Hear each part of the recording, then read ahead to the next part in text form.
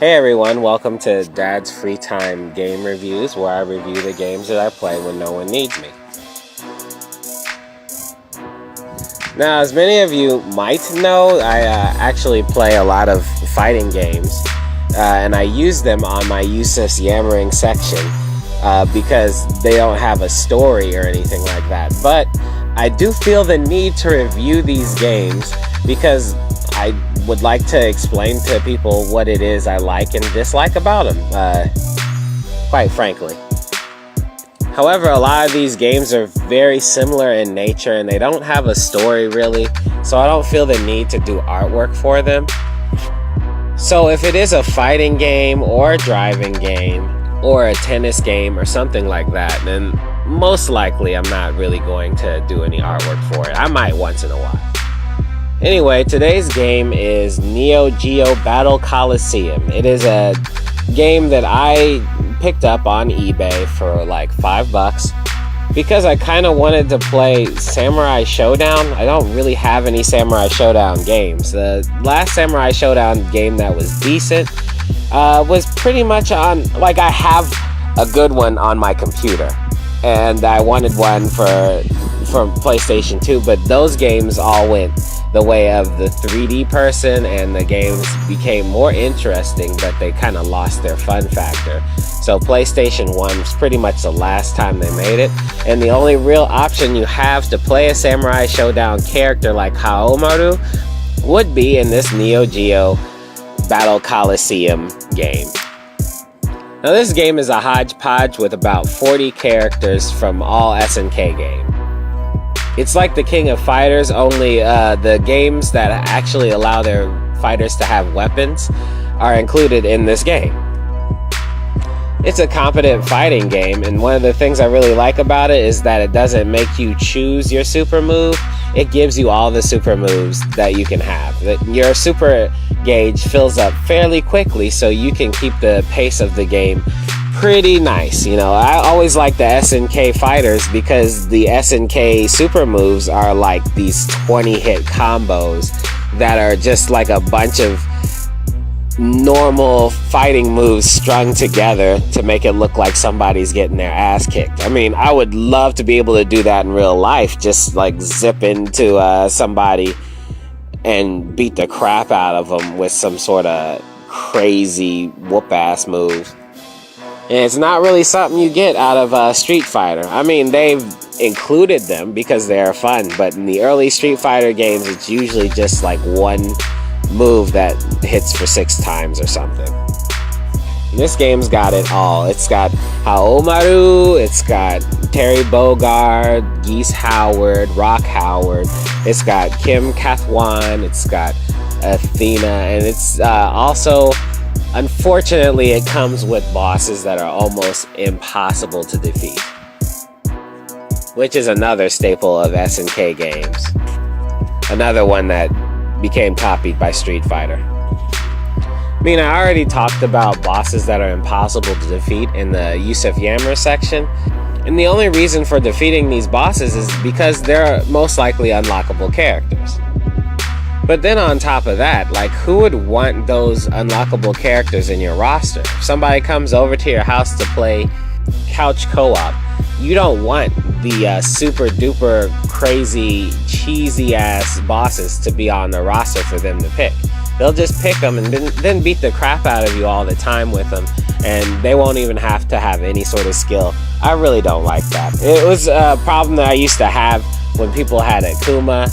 Like, Akuma used to be this hard-ass character to fight, and then everybody picked him up, and they learned how to fight with him, which is great. Like, your skill level with Akuma is really awesome, but understand that Akuma is essentially a boss character, and the fact that you can play him well only makes you a cheesy douchebag who likes to play with characters that are overpowered and way too strong. There are other unlockable characters, but those two characters, there's some sort of Mars alien and Athena, Goddess Athena, and those two characters are just, they're crap. Speaking of crap, man, the pixelization of the sprites is garbage. I've never played a game in which the sprites that you're playing with actually is much, much, much worse than the actual backgrounds in the game. Seriously, the game backgrounds are excellent. I mean, I could stare at those for a while. I wish I could put them on my desktop on my computer. But the character sprites, goodness gracious, man, they're so bad for even PlayStation 2, it's ridiculous. I mean, game sprites haven't gotten much better since PlayStation 2. They just made the backgrounds more elaborate. But this is a big step backwards. And I assume it's because they put in 40 characters, but games like Street Fighter 3, which is on the Anniversary Collection for PlayStation 2, had 2 different games on it, and the sprites were done much better and the game was much cleaner. So everything about this game smells that it was just like a fan game that was thrown together, you know? And that leads me to the next thing that kind of irritates me about this game. The artwork is inconsistent. You guys, if you've been on my channel for a minute, you know that I'm an artist. So I want to see dope artwork. It's not too difficult to figure out. The intro had really nice artwork. I enjoyed looking at it. The character selection screens, great artwork. But then when you win a battle or you beat the game, the artwork in these moments is horrible. I mean, it looks like fan art that some girl who was in love with these characters drew. And then on top of that, the scrolling on the story is so fast that you can't really read more than 2 paragraphs. It isn't an ending anyway. It's just, you know, yeah, thank you, I won.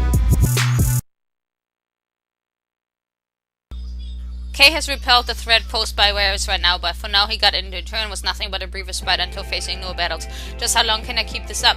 Despair mars their eyes under the shades. No one can guarantee him he'll attain peace at the end of this battle. Why so glum, partner? The one who pats him on the back is a behemoth of over 2 meters tall. He's flanked by a girl with chestnut hair. You were so cool, you should smile more there. Everyone's a critic. His world is far from a normal life and far from normal happiness, but at least for now he's no longer alone.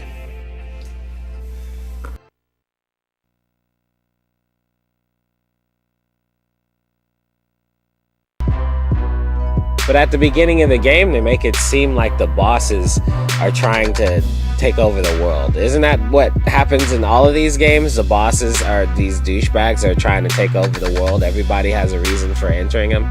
And now at some point, it's like nobody really has a reason anymore. They just win and go home. Now onto the battling system. The battling system is nice. It's a tag team play, so you're basically tagging your partner in every time you're low on energy. It's got 3 different modes that you can play other than versus mode, which is arcade, which moves the story along really quickly.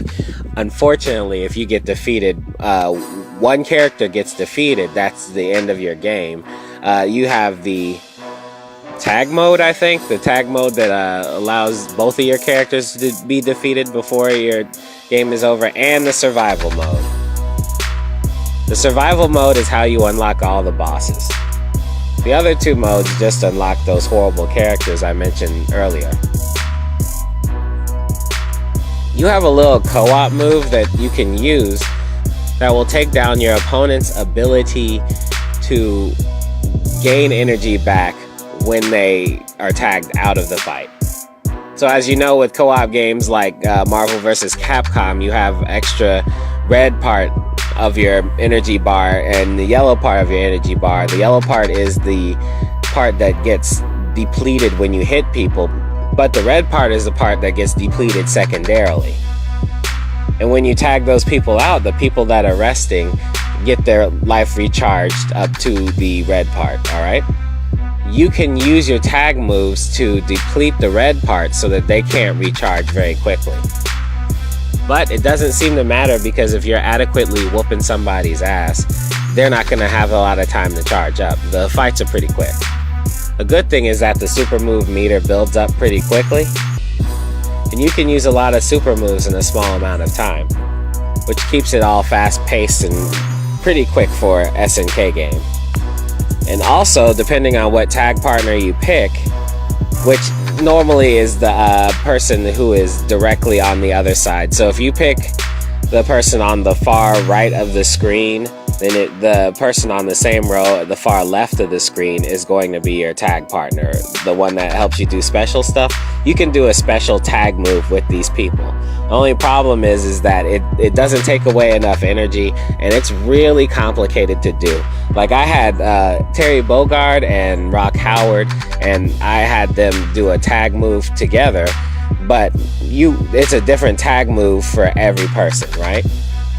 You have to wait to have the ability to use your combination skill, which pops up over your power meter.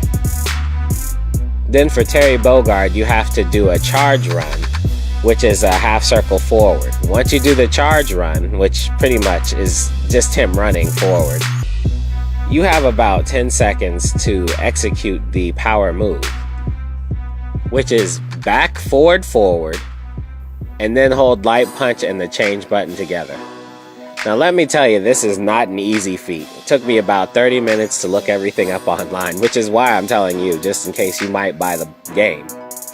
So that was my review. I'd like to remind you that I'll probably be playing this game in my Yusuf Yammers section, and I will also see if Jay Barbado will be able to play it with me in the Clownin' with the Homies section.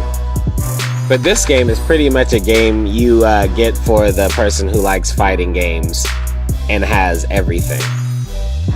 My question for you is, which SNK character is your favorite? My favorite is K-Dash, obviously, and my second favorite is Terry Bogard, just because of all the movies that I watched him play. But what's your favorite? And of course, let me know why. Alright guys, like, subscribe, comment, shvoop-de-voop, and I'll check you later. Peace.